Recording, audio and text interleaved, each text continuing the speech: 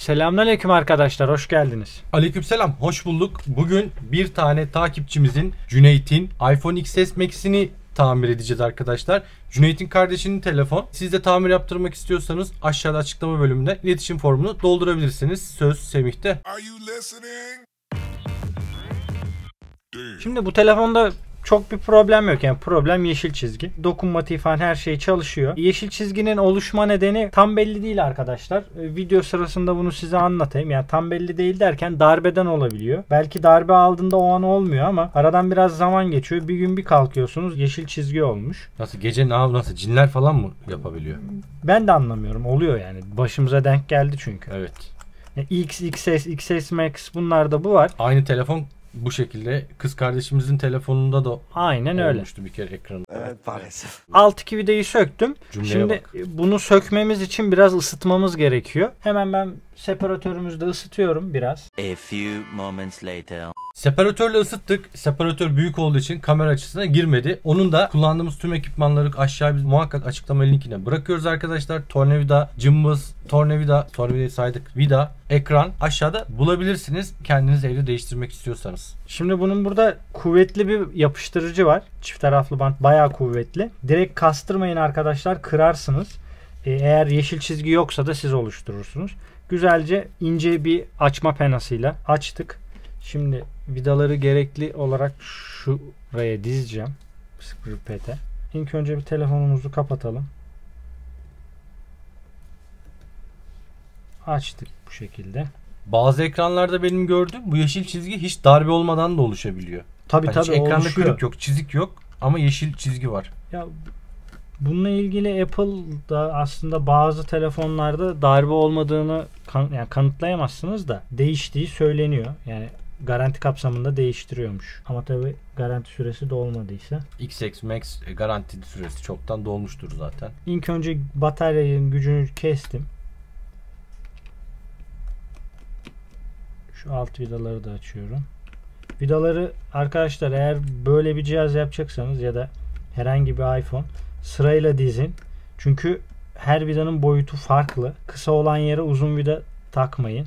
Yani kalınlıkları aynı ama milimetreleri farklı. Dikkat ettiniz mi? Semih çıkardığı plakaların üzerine koyuyor vidaları ya da altına. Farklı vidalarla Şöyle. Karıştırmamaya özen gösteriyor. Şu şekilde. Şöyle kenarda dursun hatta görün. Şimdi Face ID'yi çıkaracağım. Bu önemli arkadaşlar. Biraz dikkat edin. Şurada altta bir yapışkan var. O yapışkanı kurtarmamız gerekiyor. Dikkatli bir şekilde. Evet. Ekranı aldık. Şimdi cihaz tamam. Buna işimiz yok. Üst Face ID'yi söküp yeni ekrana aktaracağız. Bunda da yine aynı şekilde 3 tane vidası var. Bu 3 vidanın da boyutu bambaşka. Haberiniz olsun. Bunda ne olur? Uzun olanı sıkarsanız kısa olan yere Ekranın içinden geçer. ekranı kırarsınız. Face ID'yi açtık. Hemen ısıtıp bunu geliyorum. Biraz ısınsın. Separatör yoksa sıcak havayla da ısıtabilirsiniz. Sobada ısıtılabilir mi? Olur. Nasıl yani? Önce şu alt tarafı kaldırıyorum. Şu dışla yani nasıl desem size kameraların girdiği yeri, Face ID sensörünün girdiği yerle beraber kaldırırsanız daha kolay olur. Ya ben öyle yapıyorum. Ekranımız burada arkadaşlar. Ben kutudan çıkarmıştım. Şimdi burada ben en iyisi yine de size göstereyim. Aslında göstermeyecektim ama. Öyle bir içimden geldi. Aslında bu yoktu. Ekranı takıyorum.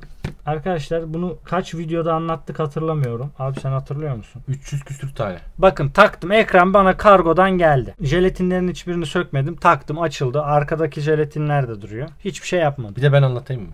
Anlat. Bakın şimdi kargodan geldi. Bakın görüyorsunuz jelatin. Bu jelatin. This is jelatin. Jelatinini sökmedik. Burada da var. Arkada da var. Sökmeyin arkadaşlar şu jelatinleri. Sonra falanca yerden alıyorsunuz, yazıyorsunuz bize abi iade almıyor. Hepsi buradan almış adam. Trendyol'dan almış. Almaz arkadaşım.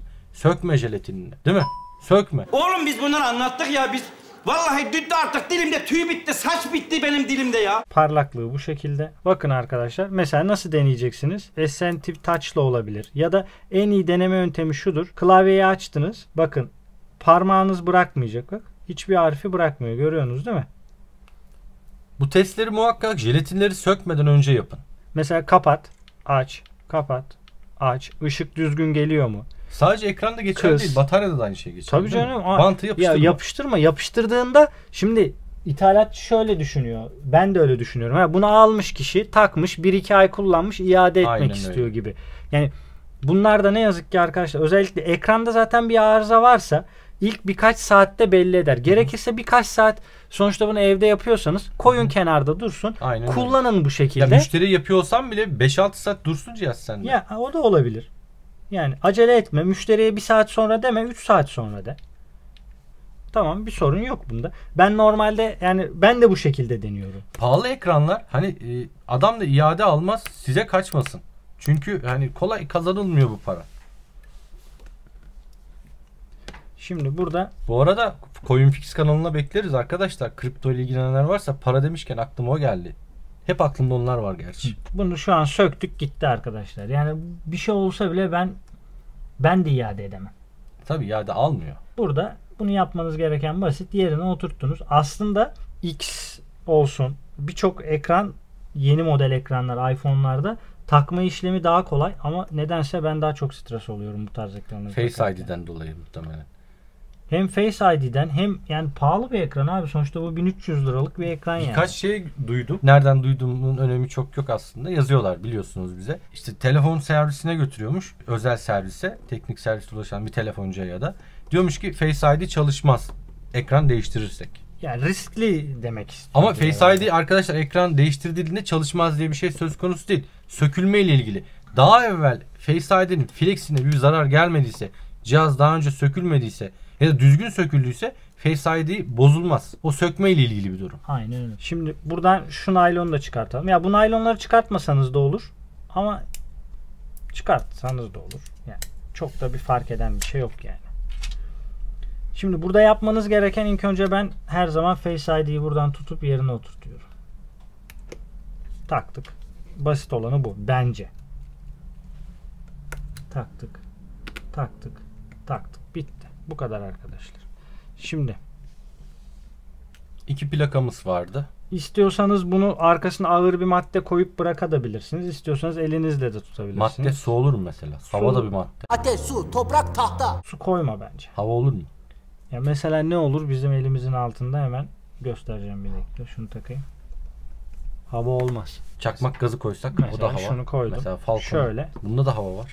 Böyle iki elinizle çalışmak istiyorsanız olur o da hava da olur. Bak oluyor. Genelde abim böyle hep dalga geçer ama ben şu an işime odaklandığım Ben için. yani ne yapayım canım sıkılıyor arkadaş. Yani tamir bütün gün. Ama benim tavsiyem yatırım tavsiyesi değildir gibi. Yani eğer el beceriniz yoksa, cesaretiniz yoksa yapmayın arkadaşlar. Bunu dışarıda size 1500 lira diyorlarsa 1500 lira verip yaptırın. Ki yani risk var. O Face ID çok riskli arkadaşlar. Bakmayın Semih hemen söküyor onu oradan. O kadar kolay bir işlem değil o. Yani sökmesi tabii ki de kolay fakat onun işçiliği zor. Tekniği var onun. Size bir şey anlatayım. iPhone 6 ilk çıktı. Bizde 6 yok o zaman. 4'ler, 5'lerimiz falan var. 6 bir tane aldık abime. Ama telefon paramparça. Yani Üzerinden araba geçmiş. yani ama telefon 2 günlük. Daha iCloud bile açılmamış o kadar. Neyse aldık bu telefonu. Yedek malzeme yok. Bir şey yok. Ekran soketini takacağız yerine. Ya bir türlü yani yapamıyorum. Çünkü aldığımız malzeme yanlış gelmiş. Neyse. Sırf bir ekran mesela bazı telefonlarda ekran soketini takmak için o 6'da da olsun. Belki 50 ile 60 kere sök tak yapıyorum. Yani orayı ezberlemek istiyorum. Hani o takılma hissiyatını hissetmek istiyorum. Şimdi arkadaşlar diyelim oturmayan bir yer var. Zorlamayın. Şu an oturmadı bir yer. Niye böyle oldu ya? Şu ekran flexi katlanması gerekiyor. Bunlar işte buraları biraz garip yapmışlar. Niye oraya katlanıp girmedi anlamadım. Şimdi ben onları oraya katlayıp yerine getireceğim. Bazen oluyor böyle aksaklıklar. Şimdi tamam arkadaşlar. Bir açıyoruz yeşil çizgi. Aha. Yok bu yeşil çizgi yapmaz. Bu direkt çizgisiz mi?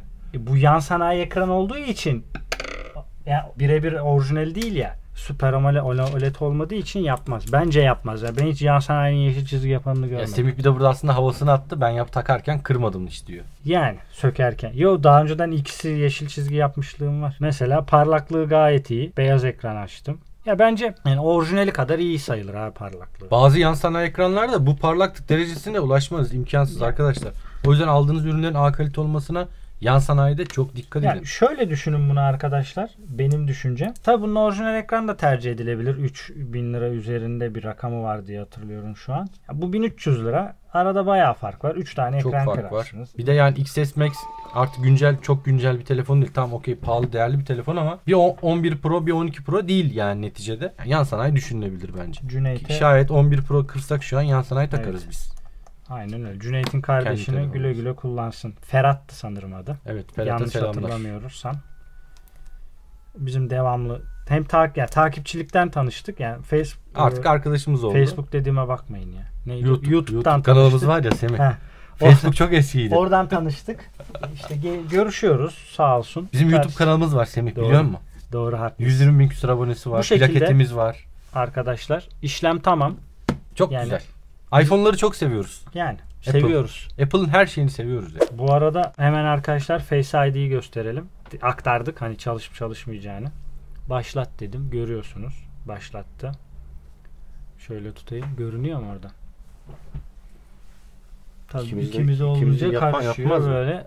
Yani Aha, şu yaptı. an tamamladı. İkimizi de gördü. Bir daha ya o görmez o. Yani tamam Face ID sonuç olarak görüyor yani. Böyle arkadaşlar dikkat ederseniz siz de Face ID'yi zarar vermeden aktarırsınız diye düşünüyorum. Evet. İzlediğiniz için teşekkürler arkadaşlar. Kendinize ne yapıyorsunuz? İyi bakın. Hoşça kalın. Hoşça kalın. Bir sonraki videoda görüşmek üzere. Bay bay.